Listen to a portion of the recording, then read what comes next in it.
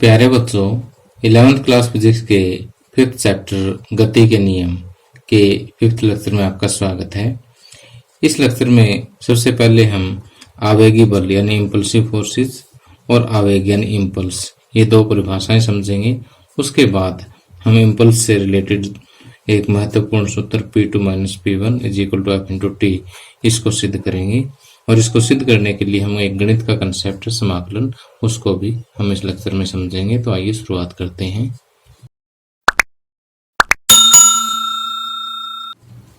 अब आइए सबसे पहले मैं आपको एक उदाहरण के माध्यम से समझाता हूँ कि आवेगी बल या इम्पल्सिव फोर्सेस क्या होते हैं।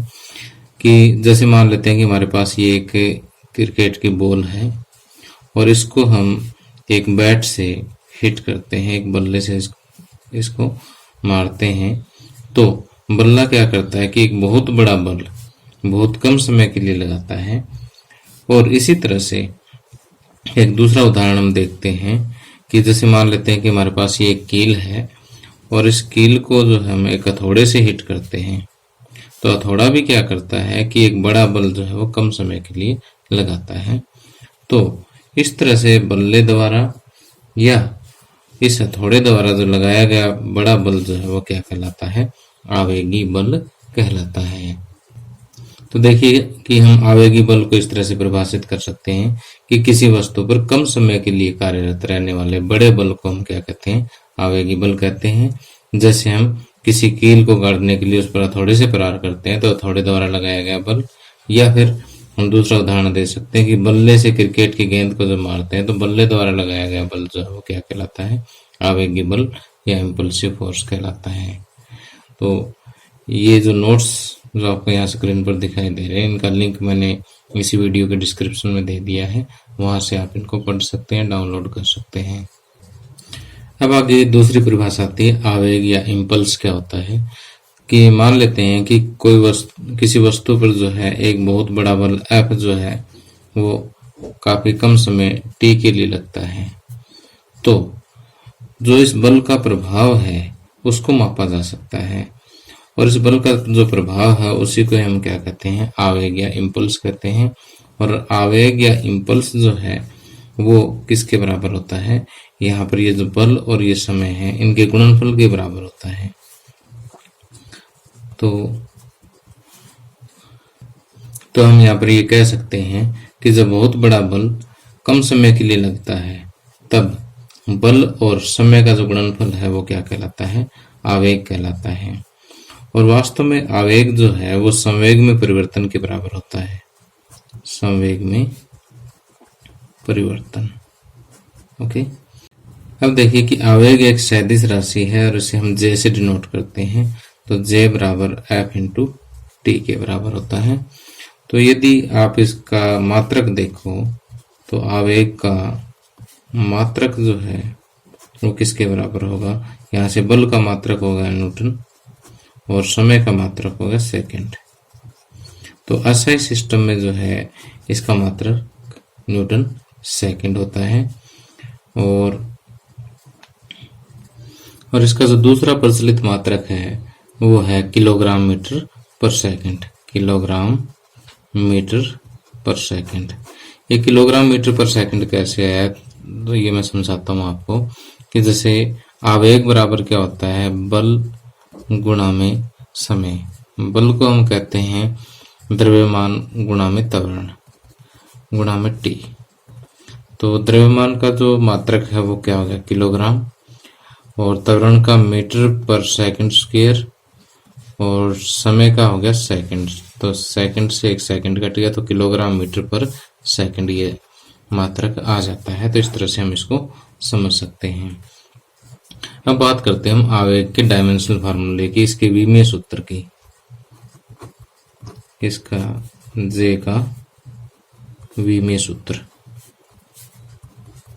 J का विमीय सूत्र जो है आप यहाँ से देख सकते हैं कि बल का जो विमीय सूत्र होता है वो m1 L1 T - 2 होता है और समय का जो विमीय सूत्र है वो T1 होता है। तो यहाँ से m1 L1 T - 1 जो है आवेग का विमीय सूत्र हो जाएगा। तो देखिए अभी हमने आवेग की परिभाषा में क्या पढ़ा था कि आवेग किसके बराबर होता है, बल गुणा में समय के बराबर होता है, और ये किसके बराबर होता है, संवेग में परिवर्तन के बराबर होता है।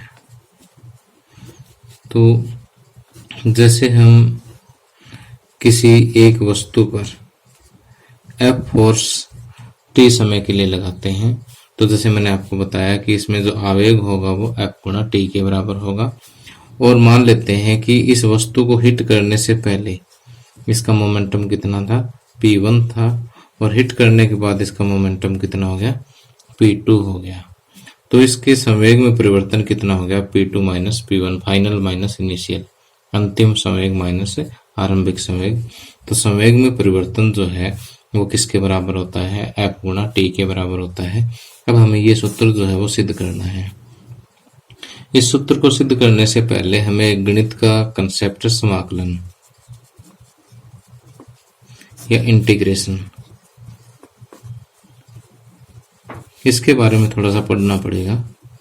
तो ये मैं आपको समझा देता हूँ, कोई ज़्यादा मुश्किल नहीं है। अब देखिए कि समाकलन या इंटीग्रेशन को मैं एक बहुत ही आसान सी भाषा में एक उदाहरण के माध्यम से समझाता हूँ। कि मान लेते हैं कि हमारे पास ये दो एक्सिस है, ये एक्स एक्सिस है, ये वाई एक्सिस है, ये एक्स एक्स है और ये वाई एक्स है। तो जैसे हमारे पास यहाँ पर एक ग्राफ है y is equal to F X का। अब आप ये सोचोगे सर कि ये पता नहीं आप क्या लिख रहे हो। तो 10वीं क्लास तक हमने ये देखा था कि जैसे मान लिया y इज इक्वल टू हमने एक्स स्क्वायर लिख दिया, ठीक। तो हम यहाँ पर एक टेबल तैयार कर सकते हैं कि यहाँ पर y, यहाँ x की वैल्यू 0 रखेंगे तो y की वैल्यू क्या आ जाएगी, 0 आ जाएगी। x की वैल्यू 1 रखेंगे तो y की वैल्यू 1 आ जाएगी। x की वैल्यू 2 रखेंगे तो 2 का स्क्वायर y की वैल्यू 4 आ जाएगी। इसी तरह से x की वैल्यू 3 रखेंगे तो y की वैल्यू 9 आ जाएगी। तो यहाँ पर हम ये कह सकते हैं कि जो y की वैल्यू है, y का जो मान है वो x के मान पर डिपेंड करता है, ठीक। तो इसको हम गणित की भाषा में ये कहते हैं कि y जो है वो x का एक फलन है। y जो है वो x का एक फलन है। y is a function of x। ये f जो है ये फलन का निशान है, फंक्शन का निशान है, ठीक। तो अब कहीं भी आपको फिजिक्स में ये चीज नजर आ जाए ना, तो इसको ये समझना कि y जो है वो x का एक फंक्शन है। तो x की अगर वैल्यू चेंज होगी तो y की वैल्यू चेंज हो जाएगी। तो यहाँ पर ये मत समझना कि y is equal to X square ही होता है, यहाँ एक्स स्क्वायर प्लस है या वगैरह कुछ भी हो सकता है। तो यहाँ पर आप समझ गए होंगे कि फलन का अर्थ क्या है। तो इसके लिए अगर हम कोई ग्राफ खींचे तो मान लेते हैं कि ये ग्राफ जो इस तरह से आता है y is equal to F X का, ठीक।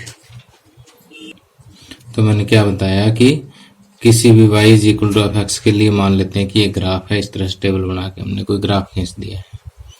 अब हमें क्या ज्ञात करना है कि इस ग्राफ के अंदर में जो ये एरिया है, इस ग्राफ के नीचे का जो क्षेत्रफल है, इस क्षेत्रफल को हमें ज्ञात करना है।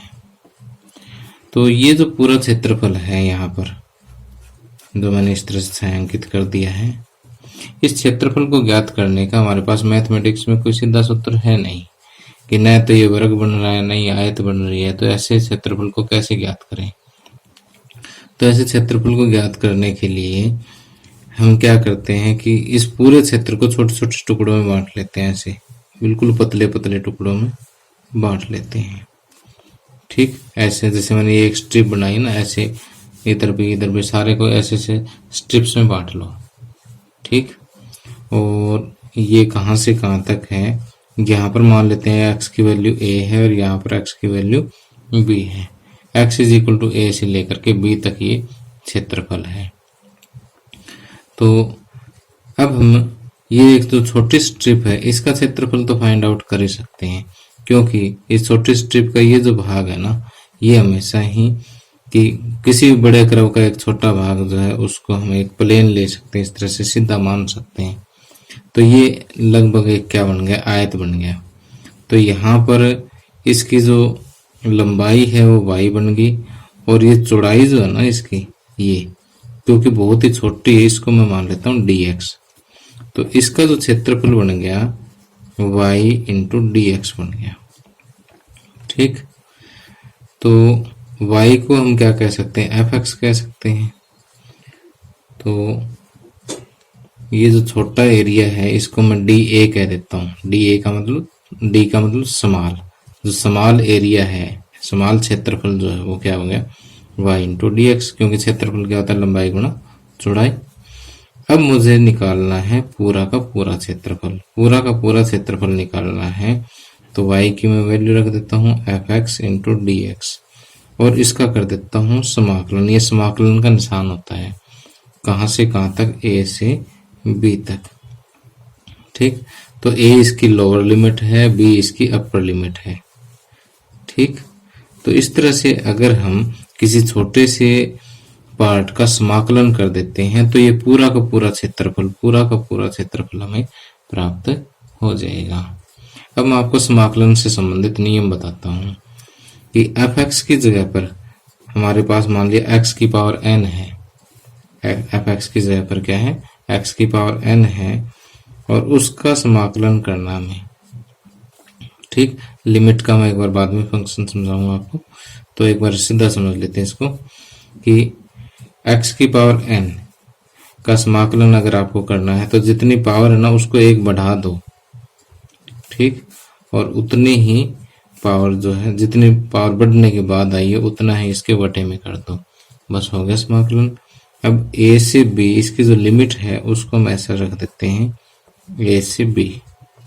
ठीक, तो अब देखिए अपर लिमिट x, जहां पर भी आपको x दिखाई दे रहा है वहां आपने अपर लिमिट रखनी है, b की पावर n प्लस 1 बटे n प्लस 1। फिर अपर लिमिट रख दी, अब माइनस का निशान लगा करके x की जगह पर लोअर लिमिट रखनी है अपने, a इंटू एन प्लस 1 बटे n प्लस 1। बस, अब इसका समाकलन हो गया। अब मैं आपको एक इसका भी एग्जाम्पल ले लेता हूँ कि जैसे मान लिया आपको x पावर 100 का समाकलन करना है। जैसे मैं ले लेता हूँ 0 से लेकर के 1 तक। ठीक, विद रिस्पेक्ट टू x। तो x की पावर 100 है तो x की पावर 1 बढ़ जाएगी, 1 प्लस हो जाएगी, 100 की बजाय क्या हो जाएगी, 101 हो जाएगी, और जितना बढ़ने के बाद आया है उतना इसके नीचे हो जाएगा, और लिमिट लग गई इसकी 0 से लेकर के 1 तक। तो पहले अपर लिमिट रखेंगे 1 की पावर 101 बटे में 101 माइनस x की जगह पर 0, 0 की पावर 101 बटे में 101। तो 1 की पावर तो कुछ भी 1 बटे 101, ये 0 की पावर समथिंग 0 ही बन गया सारा कुछ, तो ये इसका आंसर आ गया। ठीक, तो ये होता समाकलन। पावर को 1 बढ़ा दिया, जितने बढ़ने के बाद आए उतने नीचे, और upper limit minus lower limit. कई बार आपको क्या होता है कि कुछ एक क्वेश्चन में आपको लिमिट भी नहीं मिलती, तो उनको कहते हैं इनडेफिनेट इंटीग्रल, ये होता है डेफिनेट इंटीग्रल।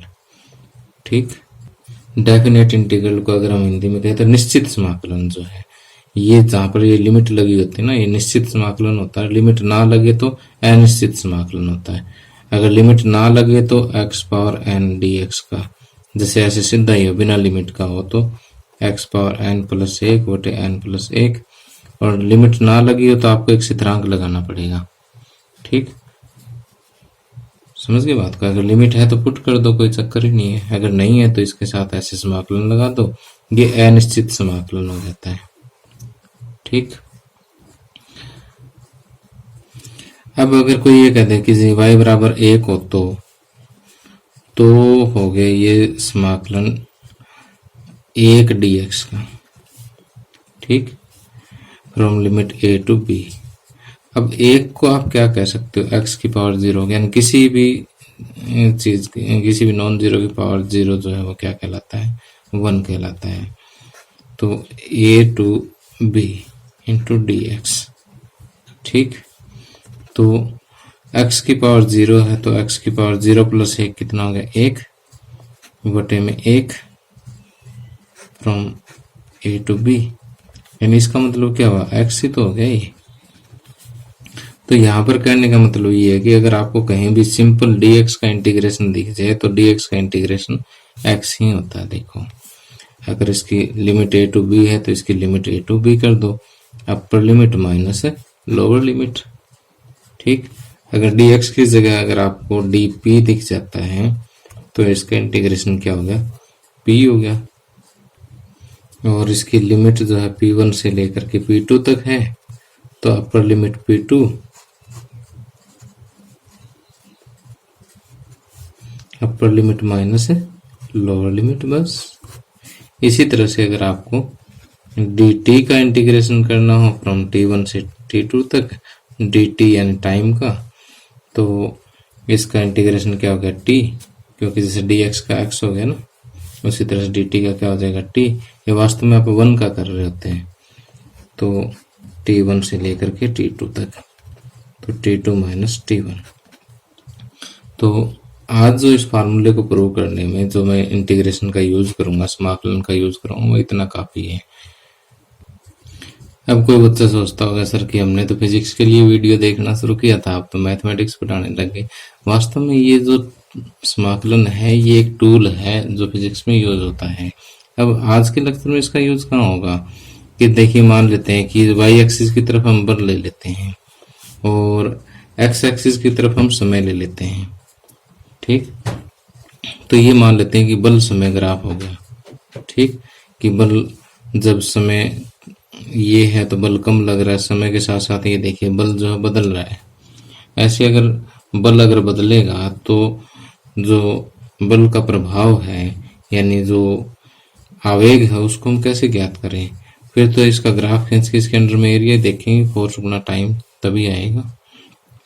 ठीक है, तो इस टाइप की प्रॉब्लम को सोल्व करने के लिए कि बल समय ग्राफ के अंडर में जो एरिया होता है ना, ये आपको क्या देता है, आवेग ही देता है।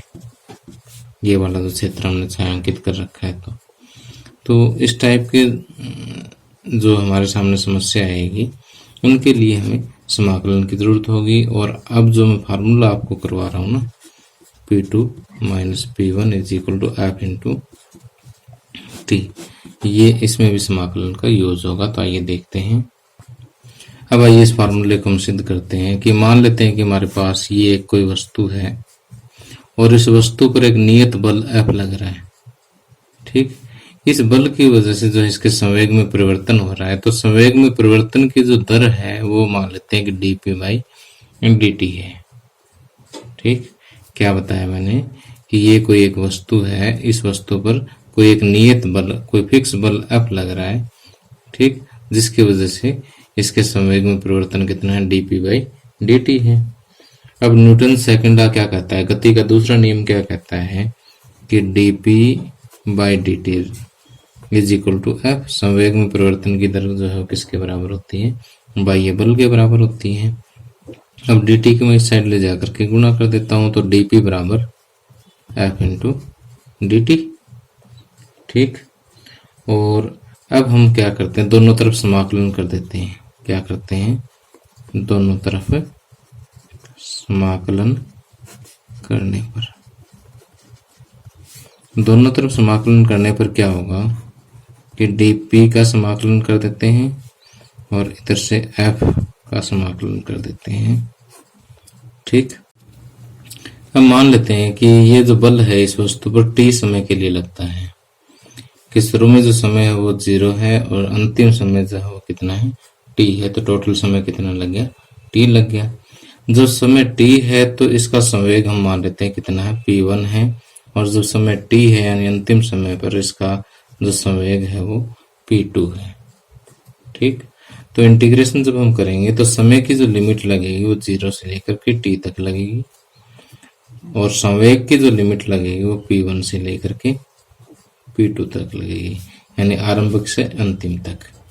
क्योंकि यहाँ पर हम विद रिस्पेक्ट टू टाइम कर रहे हैं समाकलन और यहाँ पर विद रिस्पेक्ट टू मोमेंटम यानी संवेग के रिस्पेक्ट में कर रहे हैं। तो अब देखिए dp का इंटीग्रेशन मैंने आपको क्या बताया था, dp का जो समाकलन है वो क्या बताया था मैंने, p बताया था। ठीक, और कहाँ से कहाँ तक, p1 से p2 तक। ठीक, और यहाँ पर f जो है वो स्थिरांक है, एक बार इसको स्थिर मान लेते हैं, स्थिर है तो इसको ऐसे कैसे पड़ा रहने देंगे। और dt का इंटीग्रेशन क्या हो जाएगा, t हो जाएगा फ्रॉम 0 से लेकर के t तक। ठीक, तो अब देखिए upper limit minus lower limit. Upper limit हो गया P2 माइनस लोअर लिमिट हो गया P1। इसी तरह से f अपर लिमिट हो गया t माइनस लोअर लिमिट हो गया इसके 0। ठीक, तो यहाँ से आप देख सकते हैं कि P2 minus P1 is equal to f into T. तो इस तरह से हम इसको प्रूव कर सकते हैं। तो बिल्कुल आसान सी बात है। एक बार फिर से बता देता हूँ कि न्यूटन सेकंड लॉ के अनुसार D P by D T is equal to F, संवेग परिवर्तन की दर जो है वो बल के बराबर होती है। अब टी को इधर ले जाइए, दोनों तरफ समाकलन कर दीजिए। समाकलन करोगे तो फिर इसकी लिमिट लगानी पड़ेगी कि जब समय की लिमिट आप 0 से लेकर के टी लगा रहे हो तो समाकलन की लिमिट जो है वो P1 से लेकर के P2 तक हो जाएगी। अब dp का इंटीग्रेशन p और dt का इंटीग्रेशन t। बस फिर वही upper limit minus lower limit left में लगा दो, वही राइट में कर दो, और फिर देखिए आपके पास जो सूत्र आपको प्रूव करना था वो प्रूव हो जाता है। ठीक, तो देखिए यहाँ से हमने प्रूव कर दिया कि P2 minus P1 is equal to F into T, और एफ इंटू टी किसके बराबर होता है? संवेग के बराबर होता है। और अगर हम f और t के बीच में अगर f नियत ले तो ग्राफ ऐसा आएगा। f और t के बीच में ग्राफ खींचे और f गुणा t करें तो ये क्षेत्रफल आ जाता है कि यहाँ तक f हो गया और ये 0 से t, ये t हो गया। तो लंबाई गुणा चौड़ाई, ये पूरा क्षेत्रफल आ गया। तो जो संवेग है, संवेग क्या होता है कि एफ टी ग्राफ के अंदर में जो क्षेत्रफल होता है उसके बराबर होता है। तो यही कंसेप्ट हम जब हमारे पास बल जो वेरिएबल हो, बल जब एक समान ना हो, तब ग्राफ ऐसे आएगा इसका। जब नियत के लिए जो है संवेग इसके अंदर में एरिया के बराबर है, तो अगर बल वेरिएबल हो, बदल रहा हो, नियत नहीं है, तब भी जो संवेग है वो इस क्षेत्रफल के बराबर आएगा। तो उस केस में जो बल हम लेते हैं वो एवरेज ले लेते हैं। ठीक है, इसका औसत बल ले लेते हैं। ठीक, और समाकलन के द्वारा इस एरिया को भी हम कैलकुलेट कर सकते हैं। तो प्यारे बच्चों, इस लेक्चर में इतना ही, और अगले लेक्चर में मैं आपको आवेग संवेग प्रमेय और इस पर बेस्ड जो बहुत ही इम्पोर्टेंट एग्जाम्पल्स जो मैं आपको करवाऊंगा। तो आपको मेरा लेक्चर कैसा लगा मुझे कमेंट करके ज़रूर बताना। Thank you, have a nice day.